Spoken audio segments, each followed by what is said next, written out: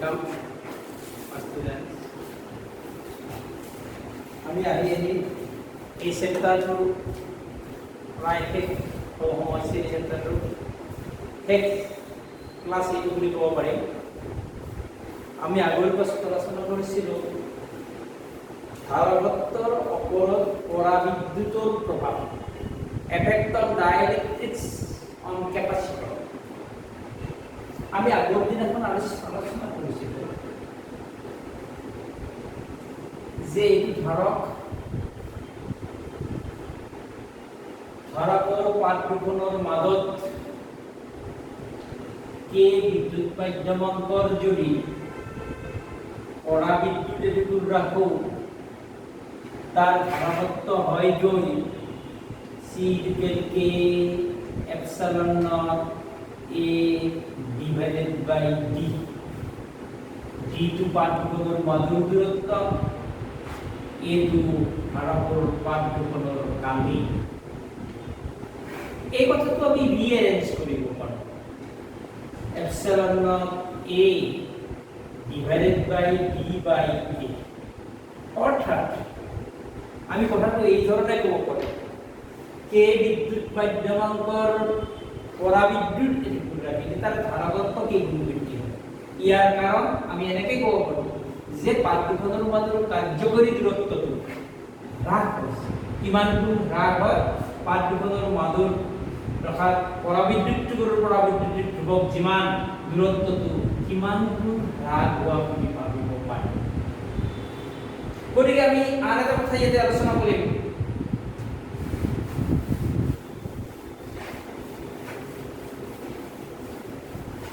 এই ধৰণে যদি আমি আলোচনা কৰোঁ,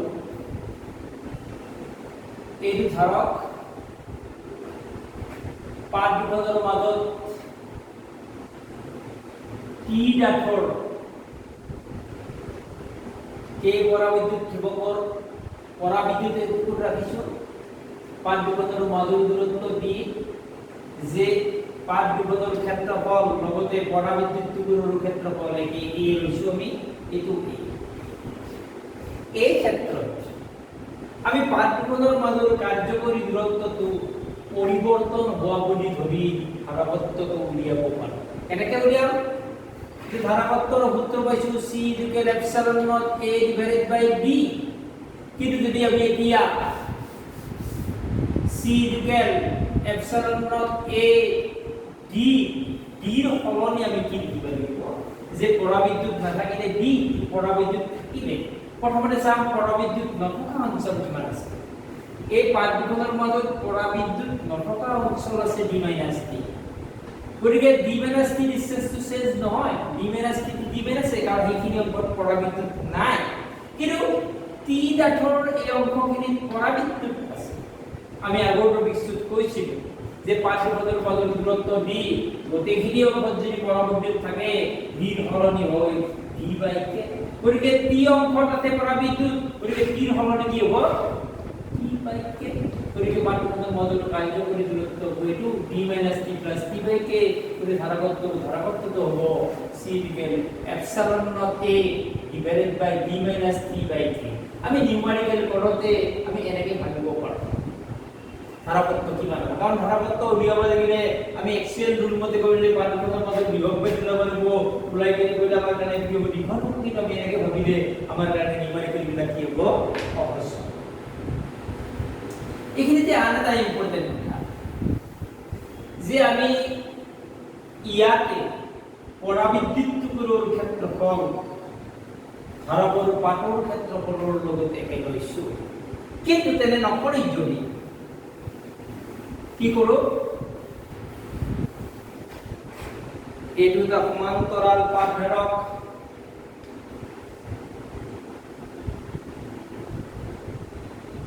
ইয়াৰ ক্ষেত্ৰফল এ, পাত দুখনৰ মাজৰ দূৰত্ব ডি, যে পৰাবিদ্যুৎটোৰ গোটেইখিনি অংশ নহয়, ধাৰকটোৰ পাত দুখনৰ মাজৰ এই অংশটোৱে পৰাবিদ্যুৎ এটুকু আগুৰি আছে, যাৰ পৰাবৈদ্যুতিক ধ্ৰুৱক এ। অৰ্থাৎ এই পাত দুখনৰ কালি এ ধৰি লৈছো পৰা বিদ্যুৎ টুকুৰৰ কালি A/2. The area of the dielectric sheet A/T and thickness is considered as D. Thickness to D এর বিষয়ে ক্ষেত্ৰত যদি A/2 হয় তেতিয়া ইয়াৰ ধাৰকত্ব কেনেকৈ উলিয়াব আগৰবাৰ মাজৰ অংশত বা গোটেইখিনি অংশত আমি লৈছো পৰাবিদ্যুতৰ কালি সমান্তৰাল পাত ধাৰকৰ কালিৰ সৈতে এই ক্ষেত্ৰত আমি কি কৰিম এনে ক্ষেত্ৰত আমাৰ কাৰণে নিয়মটো হ'ব we divide the capacitor in two parts or more parts, one with dielectrics, another without dielectrics. এটুকু dielectrics থকা আৰু আনটুকু dielectrics থকা হিচাপে দুটা ক্যাপাসিটৰ কৰি যদি লগতে ক্যাপাসিটৰ দুটা সমান্তৰালভাৱে সংযোগ থকা হয় কিয় কেনেকৈ অৰ্থখিনি এনেকুৱা এই দুটা ধাৰক এই দুটা ধাৰক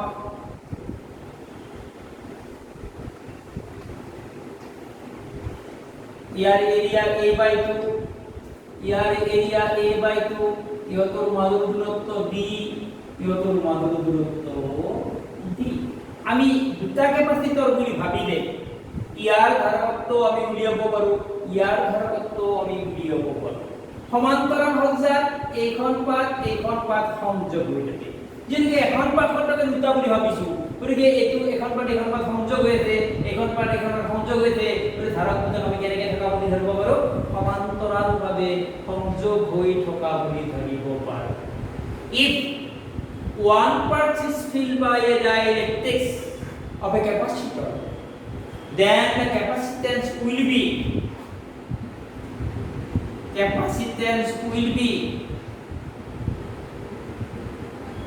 capacitor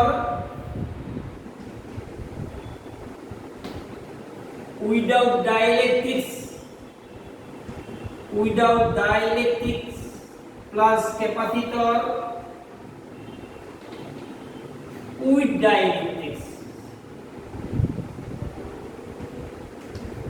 and they are connected in parallel so these two will be sum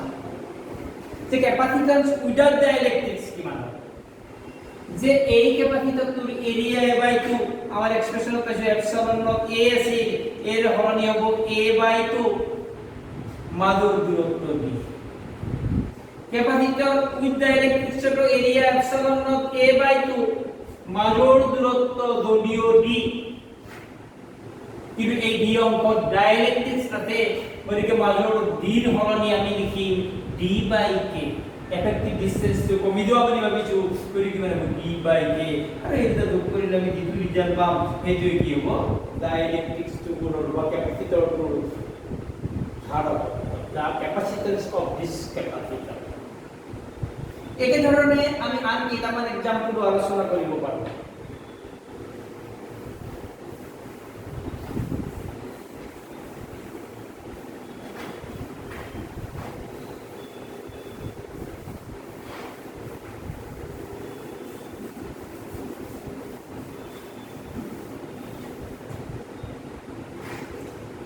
এইটো এটা ক্যাপাসিটৰ বা ধাৰক আমি ইয়াৰ পাত দুখনৰ কালি লৈছো A পাত দুখনৰ মাজৰ দূৰত্ব লৈছো D এবাৰো ক্যাপাসিটৰ পাত দুখনৰ মাজত এটুকু ডাইলেক্ট্ৰিক্স ৰাখিছো এই ডাইলেক্ট্ৰিক্স টুকুৰ থিকনেস T তেনেহলে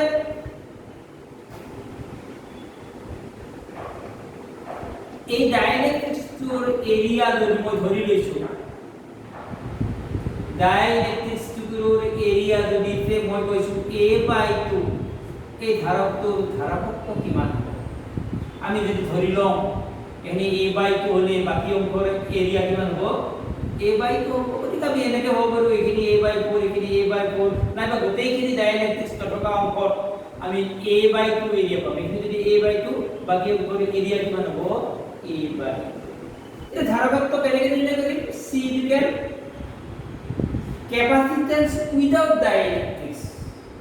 plus capacitance with dielectrics. अगर बरोबर असले ना capacitance without dielectrics plus capacitance with dielectrics.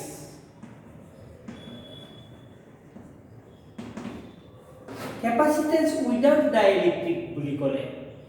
ডাইলেক্ট্ৰিক্স নথকা অংশৰ এৰিয়া হ'ল a/2 কাৰণ ডাইলেক্ট্ৰিক্স থকা অংশৰ এৰিয়া হ'ল দুভাজৰ কিমান অংশত আছে ডাইলেক্ট্ৰিক্স a/2 এৰিয়া আছে মানে নথকা অংশৰ এপসাইলন নট এৰিয়া মিন্স ইয়াত a/2 মাজৰ দূৰত্ব দি ডাইলেক্ট্ৰিক্স নাই কাৰণে পনে কি ডাইলেক্ট্ৰিক্স থকা অংশৰ এৰিয়া এপসাইলন নট a/2 যদিও মাজৰ দূৰত্ব দি ইয়াৰ কিছু অংশত ডাইলেক্ট্ৰিক্স আছে এই অংশটোৰ কেপাসিটেন্স কিমান হ'ব হলে সেই অংশত পাত দুখনৰ মাজৰ কাৰ্যকৰী দূৰত্ব হতে reference distance between the two plates আমি কম যে টি ডাঠত আছে ডাইলেক্ট্ৰিক্স গতিকে ডাইলেক্ট্ৰিক্স নথকা অংশৰ দূৰত্ব হ'ব d - t কৰে d - t টো d - t হিচাপে থাকিব আৰু যিখিনি অংকৰ ডাইলেক্ট্ৰিক্স আছে সেই অংকৰ থিকনেস t মানে সেই অংকৰ হৰণে আমি লিখিম t by solution be the capacitance of the capacitor এই ধৰণে আমি বিভিন্ন ধৰণৰ ক্যাপাসিটৰৰ ক্যাপাসিটেন্স নিৰ্ণয় কৰিব পাৰোঁ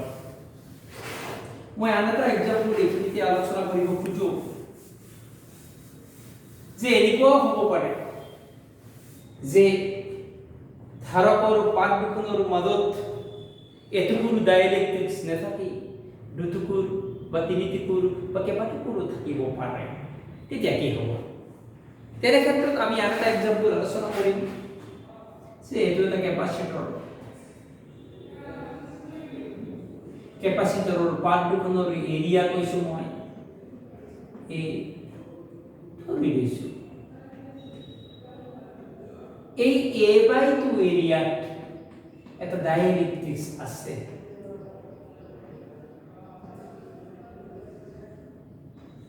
এই পাত দুখনৰ মাজৰ গতিখিনি অংশতে এই ডাইলেক্ট্ৰিক্সটো আছে ইয়াৰ ডাইলেক্ট্ৰিক কনষ্টেন্ট k1 আৰু বাকি আদা অংশত এখিনি এৰিয়া আমি a/2 লৈছো এই অংশত দুটা বেলেগ বেলেগ ডাইলেক্ট্ৰিক্স আছে এখিনি থিকনেস ৰেশিও হবে d/2 এখিনি থিকনেস ৰেশিও হবে d/2 অৰ্থাৎ কাণ্ডকোণেৰ মাজৰ দূৰত্ব d এই ডাইলেক্ট্ৰিক্স টুকুৰৰ ডাইলেক্ট্ৰিক্স কনস্ট্যান্ট ৰেশিও আমি k2 এই অংকৰ ডাইলেক্ট্ৰিক কনস্ট্যান্ট ৰেশিও আমি k3 মানে এই ধাৰকটোৰ ধাৰকত্ব কিমান হ'ব আমি আগৰ কোৱা ফৰ্মুলা অনুযায়ী আমি কি কৰিছিল যে এই অংশত এৰিয়া a/2 এই অংশৰ এৰিয়া a/2 এতে ইয়াত ডাইলেক্ট্ৰিক্স নথকা অংশ নাই ডাইলেক্ট্ৰিক্স নথকা অংশ নাই যদিও এই অংশত এইখিনি এৰিয়াতে দুগুণ ডাইলেক্ট্ৰিক্স আছে এখিনি ইকুইলত আন দুটা বেলেগ ডাইলেক্ট্ৰিক্স আছে গতিকে এইটো এটা বেলেগ কেপাসিটৰ বুলি ধৰি লম কাৰণ এই কেপাসিটৰটোৰ কেপাসিটেন্স আমি বেলেগকৈ উলিয়াব পাৰোঁ গতিকে আমি এনেকে ডাইলেক্ট্ৰিক্স যদি কেপাসিটৰ থাকে বেলেগ বেলেগ ডাইলেক্ট্ৰিক্স থাকিলে সেই অংশৰ সৰু এৰিয়া অনুযায়ী আমি কেপাসিটেন্স উলিয়াম গতিকে এবাৰ কেপাসিটেন্স কিমান হ'ব কেপাসিটেন্স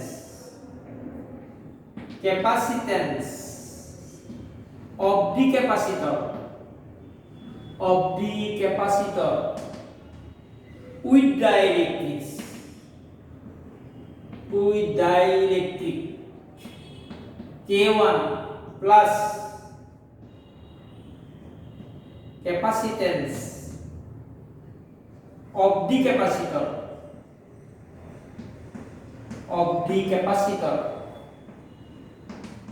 with dielectric K1 K2 and K3 क्यों प्लस কৈছো এইটো কেপাচিটৰক আমি সমান্তৰালভাৱে সংযোগ থকা বুলি ধৰিছোঁ। গতিকে এইখিনি কথা প্ৰথমতে আমি ইয়াতে যে কেপাচিটেন্স উইথ ডাইলেক্ট্ৰিক্স Q1 এই ধাৰকটোৰ ধাৰকত্ব কিমান হ'ব সূত্ৰ মতে এইটো হ'ল এপসাইলন নট এৰিয়া লৈছো আমি a/2 পাত দুখনৰ মাজৰ দূৰত্ব d কিন্তু d দূৰত্বৰ আটাইখিনিতে ডাইলেক্ট্ৰিক্স আছে গতিকে কাৰ্যকৰী দূৰত্বটো হ'ব তাৰ d/k1 দ্বিতীয়টো ধাৰকৰ ধাৰকত্ব উইথ ডাইলেক্ট্ৰিক্স k2 and k3 আমি লিখিব পাৰিম এনেকে এইখিনি অংকৰ এৰিয়া এপসাইলন নট a/2 কিন্তু পাত দুখনৰ মাজৰ দূৰত্ব এইখিনি অংকৰ আছে ডাইলেক্ট্ৰিক্স k2 এইখিনি অংকৰ দূৰত্ব d/2 গতিকে এইখিনিৰ কাৰ্যকৰী দূৰত্ব লিখিব আমি d/2k2 এইখিনি অংকৰ কাৰ্যকৰী দূৰত্ব হ'ব d/2k3 আৰু এই দুটা সিম্পলিফাই কৰিলে আমি কি পাম যে ডাইলেক্ট্ৰিক্সৰ কি আমি এই কেপাচিটৰটোৰ আমি ধাৰকত্ব উলিয়াব পাৰিম। এনেকুৱা ধৰণৰ আন কিছুমান নিউমেৰিকেলছ আছে আমি ইয়াতে আলোচনা কৰিব পাৰোঁ।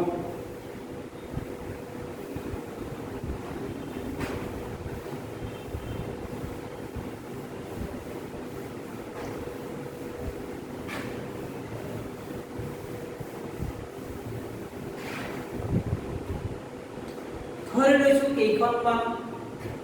পাত আছে সেই পাত কেইখনেৰে আমি কেইটামান সমান্তৰাল পাত ধাৰক উলিয়াম। কেনেকুৱাকে আছে যে 4খন সমান্তৰাল পাত আছে পাত কেইখনৰ মাজৰ দূৰত্ব লৈছোঁ আমি d এই প্ৰতিখন পাতৰ মাজৰ দূৰত্ব আমি কি লৈছোঁ d প্ৰতিখন পাতৰ এৰিয়া লৈছোঁ আমি a এখন পাত 1 এখন 2 বুলি ধৰিছো এখন 3 এখন 4 1 আৰু 3 এটা বিন্দুত সংযোগ আছে একেদৰে 2 আৰু 4 আন এটা বিন্দুত সংযোগ আছে গতিকে এই দুটা বিন্দুৰ মাজত ধাৰক কেইটামান সংযোগ আছে এই বিন্দু মই যদি a বুলি কম এই বিন্দু মই b বুলি কম ইয়াৰ এৰিয়া বুলি কৈছো a ব্যক্তিগত আৰু মাজৰ সেপাৰেশন প্ৰত্যেকটোৰ ক্ষেত্ৰত আমি কি লৈছো d লৈছো কিন্তু এই ধাৰক কেইটাৰ সমতুল্য ধাৰকত্ব কি হ'ব আমি তেনেকৈ উলিয়াম। এইটো আমাৰ কাৰণে তেনে উদ্যোগ আমি যদি ইয়াক ৰিএৰেঞ্জ কৰোঁ মানে আমি চাব লাগিব 1 নম্বৰ পাত আৰু 2 নম্বৰ পাত 1 পাত আৰু 2 পাতে এটা ধাৰকত্বৰ সৃষ্টি কৰিছে এখন 2 পাত আৰু 1 পাত 2 আৰু 1 এটা ধাৰকৰ সৃষ্টি কৰিছে 2 ধাৰক এখন পাত 2 এখন পাত 1 আমি এনেকৈ আঁকিছো পাত 2 খন কানেক্ট আছে a বিন্দুৰ পাত 1 খন কানেক্ট আছে b বিন্দুৰ লগত কানেক্ট আছে নেক্সট 2 আৰু 3 এটা ধাৰকৰ সৃষ্টি কৰিছে 2 আৰু 3 পাত 2 আৰু 3 আন এটা ধাৰকৰ সৃষ্টি কৰিছে গতিকে এইখন পাত 2 এখন পাত 3 এখন পাত 2 এখন পাত 3 অর্থাৎ পাত 2 দুটা ধাৰকৰ সৃষ্টি কৰিছে এবাৰ একৰ লগত লগ হৈ এটা ধাৰকৰ এটা 3 নম্বৰ পাতৰ লগত লগ এটা ধাৰকৰ সৃষ্টি শেষত দেখিব এখন পাত 4 কি কৰিছে পাত 2 3 লগত কৰিছে পাত 4 কাৰ লগত কৰিছে কোনো এখন পাত 4 সংযোগ হৈ আছে এৰ লগত কাৰ লগত ধাৰকৰ সৃষ্টি কৰিছে 3 লগত গতিকে এটা সংযোগ হৈ আছে দেখা গ'ল যে এইটো ধাৰক তিনিটা ধাৰক কেনেকৈ সংযোগ হৈ আছে সমান্তৰালভাৱে সংযোগ হৈ আছে অৰ্থাৎ 4খন পাতেৰে এটাৰ পিছত ক্ৰম অনুযায়ী এনেকৈ সদালে 4খন পাতেৰে আমি তিনিটা ধাৰক পাম আৰু তাৰ ধাৰকত্ব হ'ব c দুটেন যেদিকে প্ৰতিটো পাতৰ মাজৰ দূৰত্বকে ক্ষেত্ৰফল একে 3 into epsilon of a divided by d নাই বাইকে ৰাখব পাৰি 4 - 1 epsilon naught a divided by d সেই ধৰি এনেকৈ n খন পাতৰ দ্বাৰা আমি এনেকৈ এখনৰ পিছত এখন একে দূৰত্বত ৰাখি একে ক্ষেত্ৰফলৰ পাত লওঁ আমি এখনেৰে এখন যদি এটা বিন্দু আনফালে এখনেৰে এখন আনটা বিন্দু সংযোগ কৰো তাৰ ধাৰকত্ব আমি কি লিখিব পাৰি n - 1 epsilon naught a divided by d এনেকৈ n খন তাতে ধাৰকৰ সৃষ্টি কৰি তাৰ ধাৰকত্ব কি লিখিব পাৰো আমি n - 1 epsilon naught a divided by d এইখিনি কথাতে আমাৰ এই চেপ্টাৰটো আমি এনে ভাবি কৰো এই চেপ্টাৰটো বিষয়ে যদি তোমালোকে চাবা হয় যদি কিবা অসুবিধা পোৱা তোমালোকে জনাবা যিকেইটা নিৰ্মাণিত কৰিব লগা আছে সেইকেইটা নিৰ্মাণিত কৰি দিম